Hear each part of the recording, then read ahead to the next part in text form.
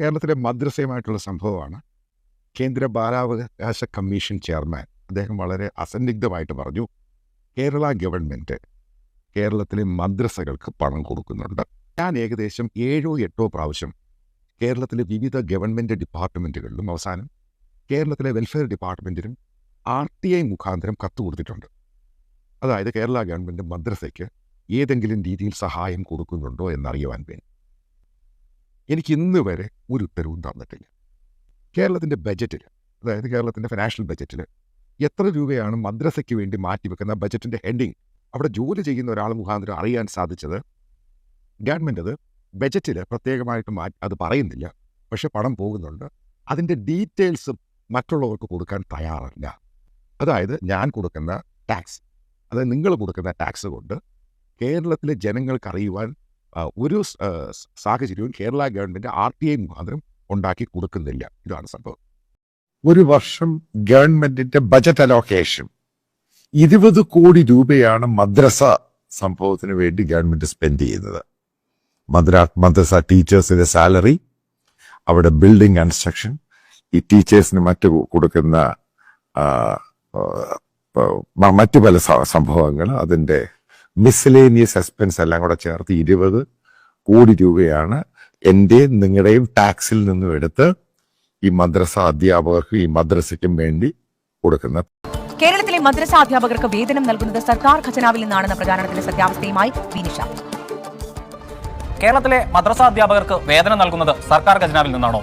ഇവരുടെ വേതനം, പെൻഷൻ ഇനങ്ങളിൽ പ്രതിവർഷം ഖജനാവിൽ നിന്ന് 7500 കോടിയോളം രൂപ ചെലവഴിക്കുന്നു എന്ന തരത്തിൽ പ്രചരിക്കുന്ന വാർത്തയുടെ യാഥാർത്ഥ്യം എന്താണ്? പരിശോധിക്കാം. സംസ്ഥാനത്തെ മദ്രസാധ്യാപകരുടെ വേതനവും പെൻഷൻ വിതരണവുമായി ബന്ധപ്പെട്ട് ഫേസ്ബുക്കിലും വാട്സപ്പിലും ഒരുപോലെ പ്രചരിച്ച വാർത്ത വ്യാജമാണ്. മന്ത്രി KT ജലീൽ നിയമസഭാ സമ്മേളനത്തിൽ നടത്തിയ പ്രസംഗത്തിൽ നിന്നും ലഭിച്ച വിവരങ്ങൾ എന്ന അവകാശവാദത്തോടെയാണ് വാർത്ത പ്രചരിച്ചത്. എന്നാൽ മദ്രസാധ്യാപകർക്ക് സർക്കാർ ശമ്പളം നൽകുന്നില്ല എന്നതാണ് യാഥാർത്ഥ്യം. വ്യാജവാർത്തയിൽ ഉദ്ധരിച്ച മന്ത്രിയുടെ നിയമസഭാ പ്രസംഗത്തിൽ മദ്രസാധ്യാപകർക്ക് ശമ്പളം നൽകുന്നത് സർക്കാർ ഖജനാവിൽ നിന്നാണ് എന്ന് പരാമർശമില്ല. മദ്രസാധ്യാപകർക്കായി രൂപീകരിച്ച ക്ഷേമനിധിയുടെ വിജ്ഞാപനം പരിശോധിച്ചപ്പോഴും ശമ്പള ഇനത്തിൽ സർക്കാർ ധനസഹായം നൽകുന്നില്ലെന്ന് വ്യക്തമായി. മദ്രസാധ്യാപകർക്ക് നൽകുന്ന പെൻഷനെപ്പറ്റി സന്ദേശത്തിൽ നൽകിയിരിക്കുന്ന കണക്കും വസ്തുതാവിരുദ്ധമാണ്. മാത്രമല്ല 2 ലക്ഷം പേർ പെൻഷൻ വാങ്ങുന്നു എന്നതും വ്യാജ പ്രചരണമാണ്. മദ്രസാധ്യാപകർക്ക് ശമ്പളം നൽകുന്നത് സർക്കാർ ഖജനാവിൽ നിന്നല്ല എന്ന് വ്യക്തം. പെൻഷൻ വിതരണവുമായി ബന്ധപ്പെട്ട് സന്ദേശത്തിൽ പ്രചരിക്കുന്ന കണക്കുകളും വസ്തുതാവിരുദ്ധമാണ്. സംസ്ഥാനത്ത് ഇപ്പോഴും ഓരോ മഹല്ല് കമ്മിറ്റികളുടെയും വരുമാന സ്ഥിതിക്കനുസരിച്ചാണ് മദ്രസാധ്യാപകർക്ക് ശമ്പളം ലഭിക്കുന്നത്. മദ്രസാധ്യാപകർക്കായി സംസ്ഥാന സർക്കാർ ഒരു ആനുകൂല്യങ്ങളും നൽകുന്നില്ല. എന്നാൽ അവർക്കായി ക്ഷേമനിധി ഏർപ്പെടുത്തിയിട്ടുണ്ട്. മദ്രസാധ്യാപകർക്കായി കേരളത്തിൽ ക്ഷേമനിധി ഏർപ്പെടുത്തിയിട്ടുണ്ട്. ഇതിലംഗമായ ഓരോ മദ്രസാധ്യാപകനും 50 രൂപയും മേപ്പടിയാൻ അംഗമായ കമ്മിറ്റി 50 രൂപയും വീതം പ്രതിമാസം അംശാദായം അടക്കേണ്ടതാണ്. ക്ഷേമനിധിയുടെ സുഗമമായ പ്രവർത്തനത്തിനും മെച്ചപ്പെട്ട ആനുകൂല്യങ്ങൾ ഉറപ്പാക്കാനും ക്ഷേമപ്രവർത്തനങ്ങൾക്കായി സംസ്ഥാന ബഡ്ജറ്റിൽ വകയിരുത്തിയിട്ടുള്ള ഗ്രാൻഡിൽ നിന്നും കോർപ്പസ് ഫണ്ടായി സർക്കാർ തുക അനുവദിക്കുന്നുണ്ട്. പലിശരഹിത നിക്ഷേപമായ ഈ ഫണ്ട് ഇൻഷുറൻസ് പ്രീമിയം, സേവന ചാർജ്, വിരമിക്കുന്ന അംഗങ്ങൾക്കുള്ള തുക, സർക്കാർ അംഗീകരിക്കുന്ന മറ്റ് ചെലവുകൾ എന്നിവ നിറവേറ്റാൻ ഉപയോഗിക്കുന്നു. Sir D 23,809. Sir E Kerala മദ്രസാധ്യാപക ക്ഷേമനിധിക്ക് കോർപ്പസ് ഫണ്ടായി 2010 10 കോടി രൂപ അനുവദിച്ചിട്ടുണ്ട്. ഇതുകൂടാതെ 2015-16 സാമ്പത്തിക വർഷത്തിൽ ട്രഷറിയിലെ പലിശരഹിത നിക്ഷേപത്തിനുള്ള ഇൻസെൻറ്റീവായി 3,75,33,000 രൂപ അനുവദിച്ചിട്ടുണ്ട്. 2009 മുതൽ 2021 വരെ ഓഫീസ് എസ്റ്റാബ്ലിഷ്മെൻറ്റ് ചെലവുകൾക്കായി 4,01,99,412 രൂപ അനുവദിച്ചിട്ടുമുണ്ട്. TV ഇബ്രാഹിം. സർ, ബഹുമാനപ്പെട്ട മുഖ്യമന്ത്രി, സർക്കാരിൽ നിന്ന് മദ്രസാധ്യാപകർക്കായി പ്രത്യേകിച്ച് ആനുകൂല്യങ്ങൾ നൽകുന്നില്ലെന്നും ക്ഷേമനിധിയിൽ നിന്നുള്ള ആനുകൂല്യങ്ങൾ മാത്രമാണ് നൽകുന്നതെന്നും ഇവിടെ വ്യക്തമാക്കുകയുണ്ടായി. മദ്രസാധ്യാപകർക്ക് സർക്കാർ ശമ്പളം കൊടുക്കുന്നു, ലക്ഷക്കണക്കിന് ആളുകൾക്ക് തുടങ്ങിയ പ്രചാരവേലകൾ നമ്മുടെ സാമൂഹ്യ മാധ്യമങ്ങളിൽ മറ്റുമൊക്കെയായി ഇവിടെ പ്രചാരണം നേടുകയും അത് ന്യൂനപക്ഷങ്ങൾ എന്തോ വലിയ തോതിൽ അനർഹമായത് നേടിക്കൊണ്ടുപോകുന്നു എന്നുള്ളത് പൊതുസമൂഹത്തിലും, മുസ്ലിങ്ങൾ പലതും നേടിയെടുക്കുന്നു എന്നുള്ളത് ന്യൂനപക്ഷങ്ങൾക്കിടയിലും വലിയ രീതിയിലുള്ള ഒരു പ്രചാരണം നടക്കുകയുണ്ടായി. ഈ ഒരു സമയത്ത് ബഹുമാനപ്പെട്ട മുഖ്യമന്ത്രി ഇവിടെ വ്യക്തമാക്കിയതുപോലെ സർക്കാർ ഏതെല്ലാം സമുദായങ്ങൾക്ക് ഏതെല്ലാം രീതിയിൽ ഏതെല്ലാം സഹായങ്ങളാണ് നൽകിക്കൊണ്ടിരിക്കുന്നത് എന്നുള്ളത് ഒരു ധവളപത്രം ഇറക്കി വ്യക്തമാക്കുമോ എന്നുള്ളതാണ് എൻ്റെ ചോദ്യം. ഇവിടെ അദ്ദേഹത്തിൻ്റെ ചോദ്യത്തിൻ്റെ ആദ്യ ഭാഗം പറഞ്ഞൊരു കാര്യം വസ്തുതയാണ്. നമ്മുടെ സംസ്ഥാനത്ത് ഇതുമായി ബന്ധപ്പെട്ട് തെറ്റിദ്ധരിപ്പിക്കാനുള്ള ഒരുപാട് ശ്രമങ്ങൾ ചില വർഗീയ താല്പര്യങ്ങൾ വെച്ചുകൊണ്ട് ഉയർന്നു വന്നിട്ടുണ്ടെന്നുള്ളത് ശരിയാണ്. അതിൻ്റെ ഭാഗമായി എന്തോ അനർഹമായ ആനുകൂല്യങ്ങൾ നേടിക്കൊണ്ടിരിക്കുന്നൊരു വിഭാഗമാണ് ഈ മുസ്ലിം വിഭാഗം എന്നൊരു ചിത്രം വരച്ചു കാട്ടാൻ ചിലർ ശ്രമിച്ചു എന്നത് തീർച്ചയായും ശരിയായിട്ടുള്ളൊരു കാര്യമാണ്. അത് നാം ഗൗരവമായി കാണേണ്ടതായിട്ടുണ്ട്. നമ്മുടെ സമൂഹം ഒരു മതനിരപേക്ഷ സമൂഹം എന്ന നിലക്ക് മതനിരപേക്ഷത ശക്തിപ്പെടുത്തുന്ന നിലപാടുകളാണ് എല്ലാ ഭാഗത്തു നിന്നും ഉയർന്നു വരേണ്ടത്. ഇവിടെ ഇപ്പോഴ് ഒരു ധവളപത്രം ഇറക്കേണ്ട ഒരു ആവശ്യകതയൊന്നും ഇതുമായി ബന്ധപ്പെട്ട് ഉയർന്നു വരുന്നില്ല സർ. കുട്ടികൾ ഉണ്ടാകാതിരിക്കുന്നത് പോലും പല മരുന്നുകളും ഇവർ കൊടുക്കുന്നത് കൊണ്ടാണ് അവർക്ക് കുട്ടികൾ പോലും ഉണ്ടാകാതിരിക്കുന്നത് എന്നൊക്കെ പറഞ്ഞുകൊണ്ടുള്ളൊരു പ്രസംഗമായിരുന്നു അച്ഛൻ്റെ ഇന്നത്തെ പ്രസംഗം. അത് ഇന്ന് മാത്രമല്ല, ഇതിനു മുമ്പും ലവ് ജിഹാദ് എന്നുള്ള ആ ഒരു പ്രശ്നം പുറത്തു വന്നപ്പോഴത്തേനും അച്ഛൻ അന്നേരവും മുസ്ലിം സമുദായത്തിൽപ്പെട്ടവരെ അവഹേളിച്ചുകൊണ്ട് കുറെ സംസാരിച്ചു. അന്ന് ഞങ്ങൾ സാരമില്ല പോട്ടേന്ന് വെച്ചു. പിന്നീട് ഈശോ എന്ന സിനിമ അങ്ങനെ എന്തോ ഉണ്ടല്ലോ, അപ്പോൾ അതിനെക്കുറിച്ചും ഇങ്ങനെ പറഞ്ഞു. അന്നേരവും അവഹേളിച്ചുകൊണ്ട് സംസാരിച്ചു. അപ്പോൾ ഇന്ന് ഞങ്ങൾക്ക് അതിനെക്കുറിച്ച് പ്രതികരിക്കാതിരിക്കാൻ പറ്റിയില്ല. അതിന് കുർബാനയുടെ ഇടയ്ക്ക് തന്നെ ഈ പ്രസംഗത്തിൻ്റെ സമയത്ത് തന്നെ അച്ഛനിത് പറഞ്ഞപ്പം ഞങ്ങളത് പ്രതികരിച്ചു. ഇവിടെ സംസാരിക്കാൻ പറ്റില്ല, വർഗീയത വിളമ്പുന്ന ഒരു പ്രസംഗം ഈ ഇവിടുത്തെ മഠത്തിലെ ചാപ്പലിൽ തന്നെയാണ്, ഈ ചാപ്പലിൽ അത് നടത്താൻ പറ്റില്ല എന്നും പറഞ്ഞുകൊണ്ട് ഞങ്ങൾ പ്രതികരിച്ചു. ഞങ്ങൾ രണ്ടുപേര് ആ പ്രതിഷേധാർത്ഥം ഞങ്ങൾ ചാപ്പലിൽ നിന്ന് കുർബാന കൂടാതെ ഇറങ്ങിപ്പോവുകയും ചെയ്തു. കന്യാസ്ത്രീകൾ മാത്രമായിരുന്നു ഈ കുർബാനയിൽ പങ്കെടുത്തുകൊണ്ടിരുന്നത്? വിശ്വാസികളായിട്ടുള്ള ആൾക്കാരുണ്ടായിരുന്നു? പുറത്തുനിന്ന് വിശ്വാസികൾ ആരുമില്ല. ഇവിടുത്തെ അന്തേവാസികളായിട്ടുള്ള 4 പേരും പിന്നെ ഞങ്ങൾ 4 സിസ്റ്റേഴ്സ്, ഞങ്ങൾ വേറെ ഇവിടെ അഡ്മിനിസ്ട്രേഷൻ ഭാഗമായിട്ട് 8 സിസ്റ്റേഴ്സ് ഉണ്ട്, അവരും അതിനകത്ത് പങ്കെടുത്തിരുന്നു. പുറത്തുനിന്ന് വിശ്വാസികൾ ആരും ഉണ്ടായിരുന്നില്ല. തികച്ചും മുസ്ലിം വിരുദ്ധമായ പരാമർശങ്ങളാണ് അച്ഛൻ നടത്തിയത്? അതെ അതെ, തികച്ചും അങ്ങനെയുള്ളൊരു സംഭവമായിരുന്നു നടത്തിയത്. ഞങ്ങൾ ഒത്തിരി വിഷമിപ്പിച്ചു. കാരണം ഞങ്ങളെ പഠിപ്പിക്കുന്നവരായിട്ടുള്ള അധ്യാപകർ ഉണ്ട്, ഈ മുസ്ലിം സമുദായത്തിൽപ്പെട്ടവരുണ്ട്. ഞങ്ങൾ മരുന്ന് മേടിക്കുന്ന ഡോക്ടേഴ്സ് ഉണ്ട്, അവർ മുസ്ലിം സമുദായത്തിൽപ്പെട്ടവരുണ്ട്. കൂടാതെ ഇവിടെ ഞങ്ങൾക്ക് പ്രൊട്ടക്ഷൻ തരുന്ന പോലീസുകാർ മുസ്ലിം സമുദായത്തിൽപ്പെട്ടവർ വരുന്നുണ്ട്. ഇവരിൽ നിന്നും ഞങ്ങൾക്ക് ഒരിക്കലും യാതൊരുവിധ ബുദ്ധിമുട്ടുകളോ അവരിൽ നിന്നും ഇങ്ങനെയുള്ള എന്തെങ്കിലും പറച്ചിലുകളോ ഒന്നും ഒരിക്കലും ഞങ്ങൾക്ക് ഉണ്ടായിട്ടില്ല. ഞങ്ങൾക്കോ ഞങ്ങളുടെ വീട്ടുകാർക്കോ അങ്ങനെയൊന്നും ഉണ്ടായിട്ടില്ല. പിന്നെ ഞങ്ങൾ എന്തിനിത് കേട്ടോണ്ടിരിക്കണം? ഞങ്ങൾക്ക് ഈ ക്രിസ്തു പഠിപ്പിച്ചിരിക്കുന്നത് വർഗീയത വിതയ്ക്കാനല്ലല്ലോ. ക്രിസ്തു പഠിപ്പിച്ചിരിക്കുന്നത് സ്നേഹം എന്നുള്ളൊരു വാക്കിലൂടെ. ഒരു ചോദ്യം കൂടി ഉണ്ട്. ഇങ്ങനെ ഒരു ലവ് ജിഹാദ് നടത്തണം, അല്ലെങ്കിൽ സ്നേഹിച്ച് വിവാഹം കഴിച്ച് ആളുകളെ ഇസ്ലാമിലേക്ക് കൊണ്ടുവരണം എന്ന് മുഹമ്മദ് നബി പറഞ്ഞതായിട്ടോ ഖുർആൻ രേഖപ്പെടുത്തിയതായിട്ടോ എന്തെങ്കിലും ഉണ്ടോ? അത് അച്ഛൻ്റെ നല്ലൊരു ചോദ്യമാണ്. ഈ ചോദ്യത്തിന് ഞാൻ മറുപടി തന്നാൽ, ഇപ്പം ഖുർആനിൽ ഉണ്ടെന്ന് പറഞ്ഞ മുസ്ലിങ്ങളുടെ തല്ല് ഞാൻ വാങ്ങും, ഖുർആനിൽ ഇല്ലെന്ന് പറഞ്ഞ ക്രിസ്ത്യാനികളുടെ തല്ല് ഞാൻ വാങ്ങും, എനിക്ക് അറിയില്ല എന്ന് പറഞ്ഞാൽ 2 ഗ്രൂപ്പിൻ്റെയും തല്ല് വാങ്ങും. അപ്പോൾ അതുകൊണ്ട് ഈ ഒരു ക്രിട്ടിക്കൽ സിറ്റുവേഷനിൽ ഞാൻ എന്താ മറുപടി പറയുക? തല്ലുകൊള്ളാൻ റെഡിയാകുക, എന്നിട്ട് സത്യം പറയാനേ പറ്റുള്ളൂ. സത്യം പറഞ്ഞാൽ മതി. ഖുർആനിനകത്ത് ഒരൊറ്റ ആയത്തിലും നിങ്ങൾ പോയി വേറെ മതക്കാരെ പ്രേമിച്ചിട്ട് മതം മാറ്റി കെട്ടണം എന്ന് പറയുന്നത് ഞാൻ കണ്ടിട്ടില്ല. നല്ല പരിചയമില്ലാത്ത ആയത്തെന്ന് പറഞ്ഞ വാക്യം, നമ്മൾ മത്തായി സുവിശേഷം 1-2 വാക്യം എന്ന് പറയുന്നത് അധ്യായം വാക്യം, അധ്യായത്തിന് സൂറ എന്ന് പറയും, ആയത്തെന്ന് പറഞ്ഞു കഴിഞ്ഞാൽ വാക്യം. ഒരൊറ്റ ആയത്തിലും അങ്ങനെ പറഞ്ഞിട്ടില്ല. അതുപോലെ എൻ്റെ അറിവിൽ ഒരു ഹദീസ് എന്ന് പറഞ്ഞാൽ നബി വചനങ്ങളാണ്, ഞാൻ അങ്ങനെ കണ്ടിട്ടില്ല. ഇനി ഇല്ലാന്ന് പറഞ്ഞതിന്റെ പേരിൽ, കഴിഞ്ഞ ദിവസം ഞാൻ അതില്ലാന്ന് പറഞ്ഞതിന്റെ പേരിൽ ഒരുപാട് ക്രിസ്ത്യാനികൾ എന്നെ വല്ലാതെ സോഷ്യൽ മീഡിയയിൽ ആക്രമിച്ചിട്ടുണ്ട്, എന്നെ അങ്ങ് മാക്സിമം താറടിച്ചുകൊണ്ടിരിപ്പുണ്ട്. അത് വ്യഭിചാരവും കൊലപാതകവും ഇത്രത്തോളം നടത്തുന്ന വേറൊരു കൂട്ടർ ഈ ലോകത്തുണ്ടോ? ഇത് ചോദിക്കുന്നത് മറ്റാരുമല്ല, കത്തോലിക്ക സഭയിലെ ഒരു കന്യാസ്ത്രീ തന്നെയാണ്. ഈ 10 കൽപ്പനകൾ നമ്മൾ ലംഘിക്കരുതെന്ന് പറഞ്ഞിരിക്കുന്ന ആ 10 കൽപ്പനകൾ ലംഘിച്ചുകൊണ്ട് തന്നെയാണ് നമ്മുടെ മത നേതാക്കന്മാർ ജീവിക്കുന്നത്. ഈ 10 കൽപ്പനകളിൽ ഏറ്റവും വഷളായ 2 കൽപ്പനകളാണ് വ്യഭിചാരവും കൊലപാതകവും. എൻ്റെ ലാപ്ടോപ്പിൽ ഏതാണ്ട് 32 കന്യാസ്ത്രീകളുടെ കൊലപാതകങ്ങൾ കിണറ്റിൽ ജലം കണ്ടതും കെട്ടിത്തൂക്കിയിട്ടതുമായിട്ടുള്ള ഉണ്ട്. കക്കുകളി എന്ന നാടകത്തിലൂടെ മഠത്തിലമ്മമാരുടെ മാനം കളയുന്നേ എന്ന് നിലവിളിച്ച് നടക്കുന്ന കുപ്പായത്തൊഴിലാളികളുടെ അമേദ്യം ദീനികൾക്ക് ഞങ്ങൾ ഈ വീഡിയോ സമർപ്പിക്കുന്നു. ഒരു മനുഷ്യായുസ് മുഴുവൻ മഠത്തിനും സഭയ്ക്കും വേണ്ടി ജീവിച്ച, മഠത്തിലെ സകല മ്ലേച്ഛതകൾക്കും മൂകസാക്ഷിയായ, അഭിഭാഷക കൂടിയായ സിസ്റ്റർ ടീന ജോസ് എന്ന കന്യാസ്ത്രീയുടെ വാക്കുകളാണ് നിങ്ങൾ ഇനി കേൾക്കാൻ പോകുന്നത്. ലോഹത്തൊഴിലാളികളെ, നിങ്ങൾക്ക് ഇത് കേട്ടിട്ട് മാനം പോകുന്നില്ലേ? നാണക്കേട് തോന്നുന്നില്ലേ? അതോ നാടകം കാണുമ്പോഴേ നാണക്കേട് അനുഭവപ്പെടുകയുള്ളോ? മാമോദീസ തുടങ്ങിയുള്ള എല്ലാ ഉദാശകളും ഇന്ന് പള്ളിക്ക് മുതൽക്കൂട്ടുണ്ടാക്കുന്ന ഒരു വലിയൊരു ഫാക്ടേഴ്സ് ആയിട്ട് മാറിയിരിക്കുകയാണ്. അതുപോലെ തന്നെ 10 കൽപ്പനകളും തന്നിട്ടുണ്ട്. ഈ പറയുന്ന ആളുകൾ തന്നെ ഈ 10 കൽപ്പനകൾ നമ്മൾ ലംഘിക്കരുതെന്ന് പറഞ്ഞിരിക്കുന്ന ആ 10 കൽപ്പനകൾ ലംഘിച്ചുകൊണ്ട് തന്നെയാണ് നമ്മുടെ മത നേതാക്കന്മാർ ജീവിക്കുന്നത്. ഈ 10 കൽപ്പനകളിൽ ഏറ്റവും വഷളായ 2 കൽപ്പനകളാണ് വ്യഭിചാരവും കൊലപാതകവും. എൻ്റെ ലാപ്ടോപ്പിൽ ഏതാണ്ട് 32 കന്യാസ്ത്രീകളുടെ കൊലപാതകങ്ങൾ കിണറ്റിൽ ജലം കണ്ടതും കെട്ടിത്തൂക്കിയിട്ടതുമായിട്ടുള്ള ഉണ്ട്. ഇതെല്ലാം ഒരു സിസ്റ്ററാണ് ആത്മഹത്യ ചെയ്യാനും ഒന്നുമല്ല. ഈ സിസ്റ്റർ കൊല്ലപ്പെട്ടു എന്നോട് തെളിയിക്കപ്പെടാതിരിക്കാൻ വേണ്ടിയിട്ട് അതിന്റെ from the very beginning from the first instance ഉൾപ്പെടെ തെളിവുകൾ നശിപ്പിച്ചുകൊണ്ടാണ് പോയിക്കൊണ്ടിരിക്കുന്നത്. ഈ കൊലപാതകം നടത്തുന്ന, ഈ വ്യഭിചാരം നടത്തുന്ന, ഇത്രത്തോളം സാമ്പത്തിക ചൂഷണങ്ങൾ നടത്തുന്ന വേറെ ആരും ഈ ലോകത്തിലില്ല. കാരണം ഉണ്ട്, ഇല്ലെന്ന് പറയില്ല. അവർക്കൊക്കെ കോടതിയുണ്ട്, അവർക്ക് ശിക്ഷയും കിട്ടുന്നുണ്ട്. ശിക്ഷിക്കപ്പെടാതെ രക്ഷപ്പെട്ട് നടക്കുകയും വീണ്ടും ആവർത്തിക്കപ്പെടുകയും ചെയ്യുന്ന ഇത് ഈ പറഞ്ഞ മതത്തിലാണ് ഏറ്റവും കൂടുതലുള്ളത്. മിക്ക മതങ്ങളിലും ഇതുണ്ട്, എല്ലാ മതങ്ങളിലും ഇതൊക്കെ ഉണ്ടെങ്കിലും കത്തോലിക്കല്ല, ക്രിസ്തു മതത്തിൽ ഇതിന്റെ സാന്നിധ്യം വളരെയധികം കൂടുതലാണ്. അപ്പൊ ഇങ്ങനെ തെറ്റുകൾ ചെയ്യുന്ന വ്യക്തികൾ നമ്മുടെ സഭയെ നമ്മളെ ആത്മീയമായിട്ട് നയിക്കുമ്പോൾ എങ്ങനെ ഈ സഭ പരിഷ്കരിക്കപ്പെടുമെന്നാണ് പറയുന്നത്? അതുകൊണ്ട് തന്നെയാണ് ഞാൻ തുടക്കത്തിൽ പറഞ്ഞത്, നവീകരിക്കപ്പെട്ടാൽ, പരിഷ്കരിക്കപ്പെട്ടാൽ ഇത് അതിജീവിക്കാനായിട്ട് പരിഷ്കരിക്കപ്പെടുകയുമില്ല, അതിജീവിക്കപ്പെടുകയില്ല. അത്രത്തോളം വിഷമത്തിൽ നിന്നാണ് ഞാനിപ്പോൾ നിങ്ങളോട് ഇത് സംസാരിക്കുന്നത്. ഞാൻ വളരെയധികം സഭയ്ക്ക് വേണ്ടി മാത്രം ജീവിച്ചിട്ടുള്ള, ഇപ്പോഴും ജീവിച്ചുകൊണ്ടിരിക്കുന്ന ഒരു വ്യക്തിയാണ്. പക്ഷേ ഇവര് കടുത്ത വിഷത്തേക്കാൾ കൂടുതൽ എത്ര വിഷമുണ്ടോ അത്രയും വിഷമാണ് അതിനകത്ത് നടക്കുന്നത്. അവർ വേണമെങ്കിൽ അവർ മനസ്സാന്തരപ്പെടുത്തില്ല. യുദാസൊക്കെ സ്വർഗത്തിൽ പോയിട്ടുണ്ടെന്ന് ഞാൻ വിശ്വസിക്കും. ഏറ്റവും വലിയ വിശുദ്ധനാണ് യുദാസ്, ഞാൻ വിശ്വസിക്കുന്നത്. കാരണം അദ്ദേഹത്തിന് മാനസാന്തരം ഉണ്ടായി. ഈ വെള്ളിക്കാശ് എനിക്ക് വേണ്ട, ഇദ്ദേഹത്തെ ഒറ്റിക്കൊടുത്ത കാശ് എനിക്ക് വേണ്ട എന്ന് പറഞ്ഞ് എറിഞ്ഞിട്ട് കളഞ്ഞേച്ചു പോയാണ് തൂങ്ങിച്ചത്.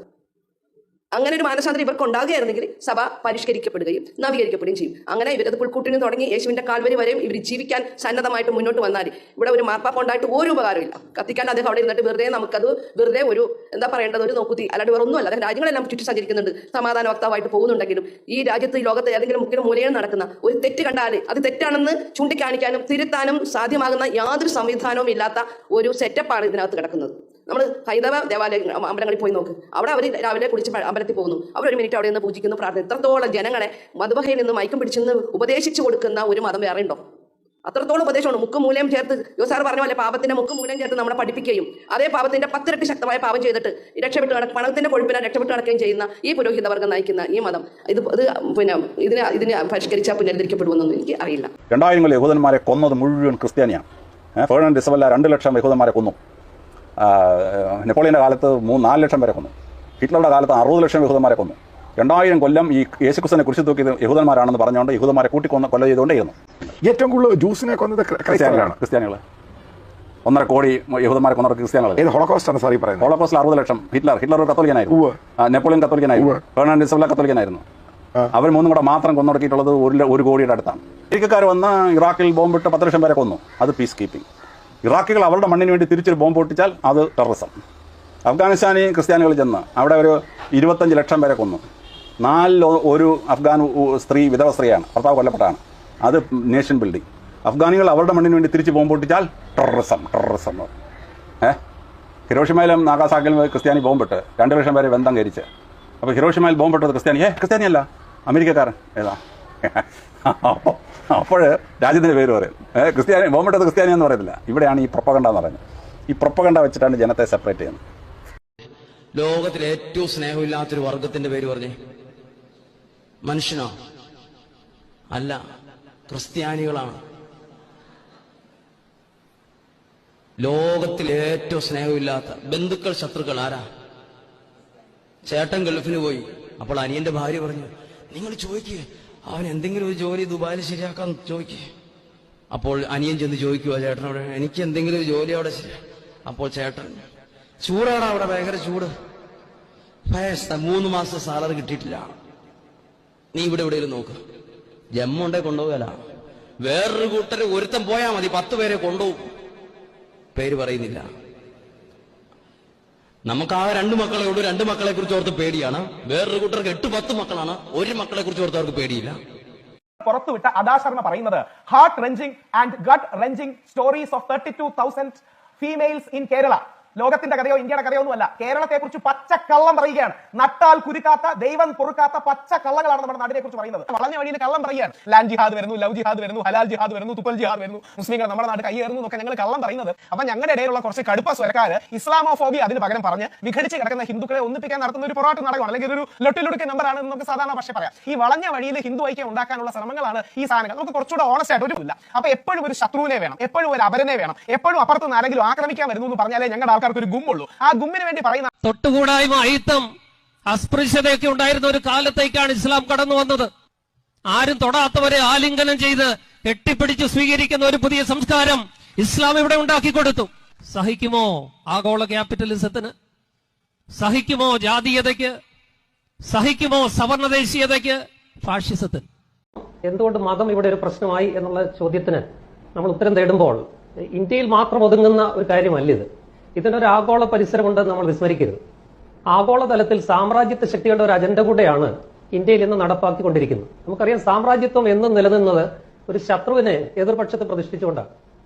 ഈ കാലത്ത് ട്രംപിന്റെയൊക്കെ നേതൃത്വത്തിൽ ആഗോള സാമ്രാജ്യത്വ ശക്തികൾ കമ്മ്യൂണിസത്തിന് പകരം ഒരു പുതിയ ശത്രുവിനെ സൃഷ്ടിച്ചെടുത്തതിന്റെ പേരാണ് ഇസ്ലാം. അതിന് അവർ തന്നെ ആദ്യം അൽഖൈദയും ഐസിസും ഒക്കെ ഉണ്ടാക്കി ഇസ്ലാമിനെ ഒരു തീവ്രവാദ പ്രസ്ഥാനമായിട്ട് അവതരിപ്പിച്ചു. അങ്ങനെ ഒരു ഇസ്ലാമോഫോബിയ എന്നൊരു പ്രത്യയശാസ്ത്രം തന്നെ ഇന്ന് ആഗോളതലത്തിൽ വളരെ പ്രകടമാണ്. അത് സാമ്രാജ്യത്വത്തിന്റെ ഒരു പദ്ധതിയാണ്. അതിന്റെ ഒരു നടപ്പാക്കൽ കൂടെയാണ് ഇന്നിപ്പോ ഇന്ത്യയിൽ നടക്കുന്നത്. അതെല്ലായിടത്തും നടന്നുകൊണ്ടിരിക്കുകയാണ്. സമാധാനത്തിന്റെയും ശാന്തിയുടെയും സമഭാവനയുടെയും കാരുണ്യത്തിന്റെയും ഒക്കെ മതമായ ഇസ്ലാമിനെ ഒരു വില്ലനായിട്ട് ചിത്രീകരിച്ച് സർവ്വ തീവ്രവാദവും ഇസ്ലാമാണെന്നുള്ള ഒരു വ്യാജ പ്രചരണം നടത്തി ഇസ്ലാമിനെ പുറത്താക്കുക, നിഗ്രഹിക്കുക, ഉന്മൂലനം ചെയ്യുക എന്നുള്ള ഒരു അജണ്ട സാമ്രാജ്യത്വത്തിന്റേതാണ്. അതും കൂടെ നമ്മൾ കണ്ട് പോകണം ഈ ചർച്ചയിൽ. ആ ഇസ്ലാമോഫോബിയ, ഇസ്ലാമിനെ അപരനായിട്ട്, ദി അതറായിട്ട്, ശത്രുവായിട്ട്, നിഗ്രഹിക്കേണ്ട ശത്രുവായിട്ട്. अब देखिए, भारत का प्रधानमंत्री हिंदू, भारत का राष्ट्रपति हिंदू, भारत सुप्रीम कोर्ट का चीफ जस्टिस हिंदू, 21 प्रदेशों के मुख्यमंत्री हिंदू, और भारत की दुनिया की सबसे बड़ी पार्टी वो हिंदुओं की, फिर भी हिंदू खतरे में। तो इससे तो एक मुसलमान प्रधानमंत्री बना दो, कम से कम मुसलमान खतरे में तो आ जाएंगे। मतलब मुसलमानों को खतरे में लाने का तरीका है कि मुसलमान प्रधानमंत्री। ये मैं तो एक उदाहरण दिया इनको, जो ये बताते हैं जब इतने होने के बाद भी हम खतरे में हैं। और ये क्या करते हैं, मुस्लिम 20%, हिंदू 80%, क्या 20 व्यक्ति 80 व्यक्तियों को मार देंगे? जब 650-700 साल मुगलों का राज रहा, हिंदू ना तब खतरे में था। 200 साल अंग्रेज राज कर गए, ना हिंदू तब खतरे में था। 67 साल इस मोदी से पहले और प्रधानमंत्री राज कर गए, ना तब हिंदू खतरे में था। 2014 से बीजेपी आई, हिंदू खतरे में आ गया। तो इससे तो इस बीजेपी को भगाओ और हिंदू को खतरे से बाहर निकालो। വിവാദ സിനിമ ദി കേരള സ്റ്റോറി യഥാർത്ഥ കേരളത്തിന്റെ സ്റ്റോറിയല്ലെന്ന് തീവ്രവാദ കേസുകൾ അന്വേഷിച്ച NIA മുൻ ഉദ്യോഗസ്ഥൻ TK രാജ്മോഹൻ. ലവ് ജിഹാദ് NIA അന്വേഷിച്ച് തെളിവില്ലെന്ന് കണ്ടെത്തിയതാണ്. മുൻകൂട്ടി കണ്ടെത്തി പെൺകുട്ടികളെ പ്രണയിച്ച് IS-ലേക്ക് കൊണ്ടുപോകുന്നുവെന്ന വാദം തെറ്റാണെന്നും രാജ്മോഹൻ മാതൃഭൂമി ന്യൂസിനോട് പറഞ്ഞു. ഇതൊരു സ്റ്റോറിയാണ്, കേരളത്തിന്റെ സ്റ്റോറിയാണെന്ന് ഞാൻ ഒരിക്കലും പറയില്ല. നമ്മുടെ കേരളത്തിന്റെ സ്റ്റോറിയല്ല, ഇതൊരു സ്റ്റോറിയാണ്. ആ സ്റ്റോറി വരട്ടെ, നമുക്കെല്ലാം കാണാം, എന്താണെന്നുള്ളൊരു സ്റ്റോറി കാണാമല്ലോ. ദി കേരള സ്റ്റോറി സിനിമയുടെ ടീസറിലൂടെ പുറത്തുവന്ന കാര്യങ്ങളെ NIA മുൻ ഉദ്യോഗസ്ഥൻ TK രാജ്മോഹൻ തള്ളുന്നു. കേരളത്തിൽ ലവ് ജിഹാദ് നടക്കുന്നില്ലെന്ന് നേരത്തെ NIA അന്വേഷിച്ച് റിപ്പോർട്ട് നൽകിയതാണ്. IS-ലേക്ക് കൊണ്ടുപോകാൻ മുൻകൂട്ടി പദ്ധതി തയ്യാറാക്കി പെൺകുട്ടികളെ പ്രണയിച്ച് മതം മാറ്റുന്നതായും കണ്ടെത്താൻ കഴിഞ്ഞിട്ടില്ല. 2018 സുപ്രീം കോടതി അത് NIA-യോട് അന്വേഷിക്കാൻ പറഞ്ഞു. ഡീറ്റെയിൽ എൻക്വയറി കണ്ടക്ട് ചെയ്തപ്പോൾ അവർ പറഞ്ഞത് ലവ് ജിഹാദ് എന്നുള്ള കൺസെപ്റ്റ് കേരളത്തിൽ പ്രൂവ് ചെയ്യാൻ പറ്റിയിട്ടില്ല. പലതും കേൾക്കുന്നുണ്ട്, പക്ഷെ അത് ഒരു പ്രോസിക്യൂട്ടറുള്ള എവിഡൻസ് ആയിട്ട് കോടതി മുമ്പാകെ തരത്തിലുള്ള ഒരു കാര്യങ്ങൾ കണ്ടിട്ടില്ല. അതായത് IS-ലേക്ക് ചേർക്കാൻ വേണ്ടി നമ്മളെ പെൺകുട്ടികളെ കേരളത്തിൽ അങ്ങനെ ചെയ്യുന്ന ഉള്ള ഒരു വാർത്ത ശരിയാണെന്ന് എനിക്ക് തോന്നുന്നില്ല. വസ്തുതകൾ പെരുപ്പിച്ച കഥയാണ് കേരള സ്റ്റോറി സിനിമ. ഇതൊരു സിനിമ മാത്രമായി എടുത്താൽ മതി. 32 എന്നുള്ളത് ഇപ്പോഴും 3 മാറിയെന്നാണ് ഇപ്പോഴത്തെ വാർത്തകൾ കൊണ്ട് മനസ്സിലാവുന്നത്. അപ്പോൾ എനിക്ക് തോന്നുന്നു അതൊരു എക്സാഗ്രേഷനാണ് ശരിക്ക്. ഇതൊരു 3 പെൺകുട്ടികളുടെ കഥ എന്നാണ് ഇപ്പം പറയുന്നത്. അപ്പം 3 പെൺകുട്ടികളുടെ കഥ പറയട്ടെ. കേരളത്തിൽ വേരുറപ്പിക്കാനുള്ള തീവ്രവാദ സംഘടനകളുടെ ശ്രമം ഫലം കണ്ടിട്ടില്ലെന്നും TK രാജ്മോഹൻ പറഞ്ഞു. കശ്മീർ റിക്രൂട്ട്മെന്റ് ഉൾപ്പെടെ കേരളത്തിലെ തീവ്രവാദ കേസുകൾ അന്വേഷിച്ച NIA ഉദ്യോഗസ്ഥനാണ് TK രാജ്മോഹൻ.